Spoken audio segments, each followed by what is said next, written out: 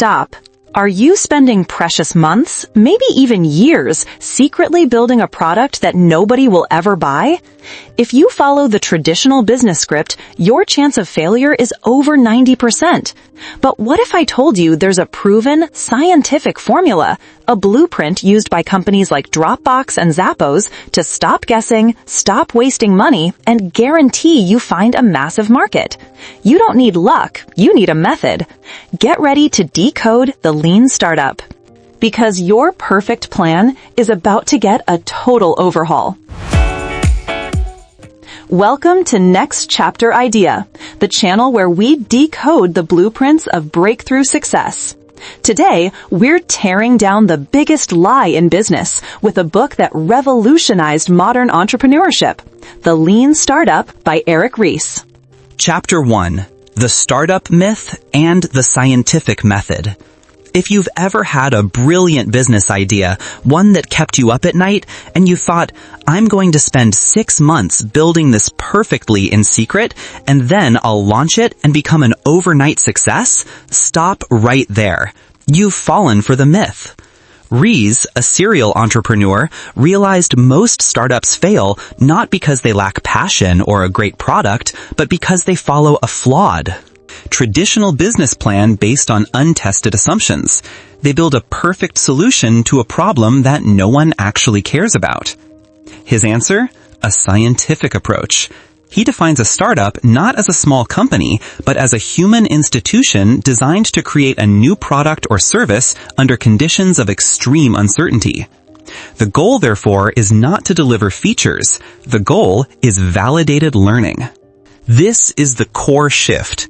Everything you do is an experiment, designed to test a hypothesis and figure out the right thing to build, the thing customers want and will pay for as quickly as possible. Chapter 2. The Core Engine, the Build, Measure, Learn Loop. The entire methodology of the Lean Startup is built around a relentless feedback mechanism called the Build, Measure, Learn Loop. Your job as an entrepreneur is to make this loop spin as fast as you can. Phase 1. Build, the MVP. The first step is to build something, but not your final product. You need a minimum viable product, MVP. The MVP is that version of a new product that allows a team to collect the maximum amount of validated learning about customers with the least amount of effort. It's not a stripped-down product, it's a test. The MVP is meant to test your two core assumptions, the value hypothesis, does it create value, and the growth hypothesis, how will customers find it? A powerful example is Dropbox. Before writing a single line of complex sync code, Drew Houston filmed a 3-minute video demonstrating how the finished product would work. This video was the MVP. It drove signups from tens of thousands of people, instantly validating that the demand existed before they wasted years building the supply. Another great example is Zappos. Founder Nick Swinmurn didn't build a massive inventory system. He simply took pictures of shoes from local stores, posted them online, and if someone bought a pair, he'd go buy the shoe and ship it. His MVP was a simple website, testing the riskiest assumption. Will people buy shoes online? The lesson here is profound. Any effort beyond what is required for learning is waste. Don't fall in love with your features. Fall in love with solving a customer's problem. Phase 2. Measure. Innovation accounting. Once you launch your MVP, you need to measure how customers interact with it. But you can't measure with typical corporate metrics. Ries calls for innovation accounting.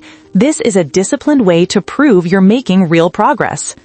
We must avoid vanity metrics, numbers that make you feel good but don't help you make decisions, like total signups or gross page views. Instead, we focus on actionable metrics that show clear cause and effect. The best tool for this is cohort analysis. Instead of looking at a single number, like total users, you look at the behavior of the users who signed up in week 1 versus those who signed up in week 5.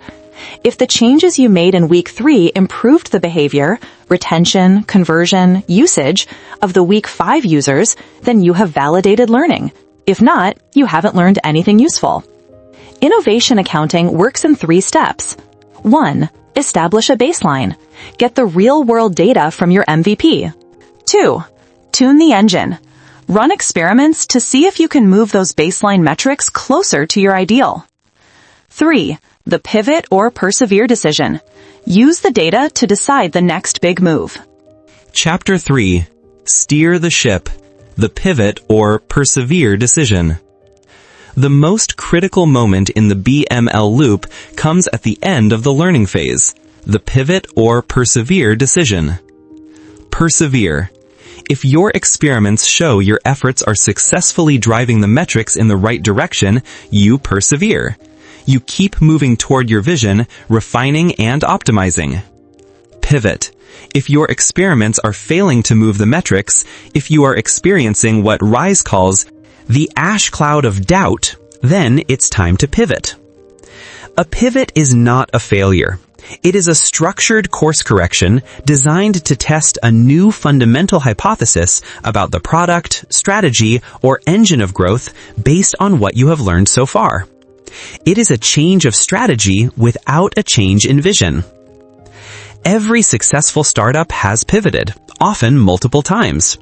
But it must be a data-driven decision, not a gut feeling. Here are a few of the critical pivot types Ries outlines.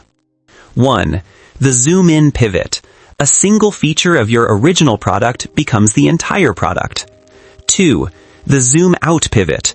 What you thought was the whole product actually needs more features to be a viable product. 3. The customer segment pivot. You realize your product solves a problem, but for a completely different group of customers than you initially intended. 4. The customer need pivot. You confirmed your target customer has a problem, but it's not the one you thought. The solution you built solves a different, more pressing problem for them. 5. The platform pivot. Changing from an application to a platform or vice versa. The key to a successful pivot is to schedule the decision. Don't wait until you're out of money. Regular pivot or persevere meetings ensure your team confronts the hard data, allowing you to change direction before it's too late. Chapter 4. Acceleration and Growth Engines. Once you've successfully pivoted and achieved product market fit, meaning your customers are willing to pay and you have a clear path for growth, it's time to accelerate. But even here, we maintain the lean discipline. Acceleration is all about optimizing the flow and speed of your work. Ries emphasizes, small batches equal faster learning, whether you're deploying code or building physical products. Working in small batches allows you to identify and correct problems immediately, preventing massive, time-consuming failures later. Now you focus on your engine of growth. This is the mechanism by which new customers come from the actions of past customers, the definition of sustainable growth. Ries identifies 3 engines of growth. 1. The sticky engine. This engine relies on high customer retention and engagement. If the rate of new customer acquisition exceeds the rate of customer churn, the rate at which people leave, your product will grow. The focus is on making the product so good that customers stay forever. 2. The viral engine. This engine is driven by your users telling other people about the product. The key metric is the viral coefficient, or how many new users each existing user brings in. If your viral coefficient is greater than 1, you have exponential growth. This growth is often free, built into the nature of the product. 3. The paid engine. This engine relies on making a profit from your existing customers and reinvesting that profit into advertising to attract new ones. The critical metrics here are the customer lifetime value, LTV, and the customer acquisition cost. As long as your LTV is significantly higher than your CAC, you can accelerate growth indefinitely. Critical takeaway: a startup can only focus on one engine of growth at a time. Trying to optimize for all 3 will lead to scattered resources and failure. Identify which engine your product naturally fits and focus all your validated learning on tuning that engine.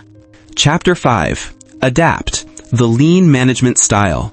Finally, Ries talks about creating an organization that can actually execute this process, a culture of adaptation. To avoid repeating mistakes, he advocates for the 5 whys technique, borrowed from lean manufacturing.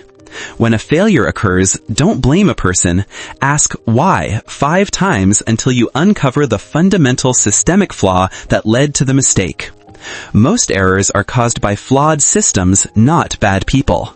Ultimately, the lean startup is a call to action. Stop building products in the dark. Stop relying on luck. Start treating entrepreneurship like a science. Embrace the chaos, accept the uncertainty, and use the build, measure, learn loop to systematically strip away the waste and find the path to sustainable success. Your vision is your guide, but validated learning is your vehicle. Now go out there and start testing your assumptions. This has been a complete summary of Eric Ries's The Lean Startup. If this inspired your next chapter, hit that like button, subscribe to Next Chapter Idea, and let us know in the comments. What is the riskiest assumption you need to test with your minimum viable product, MVP? We'll see you next time.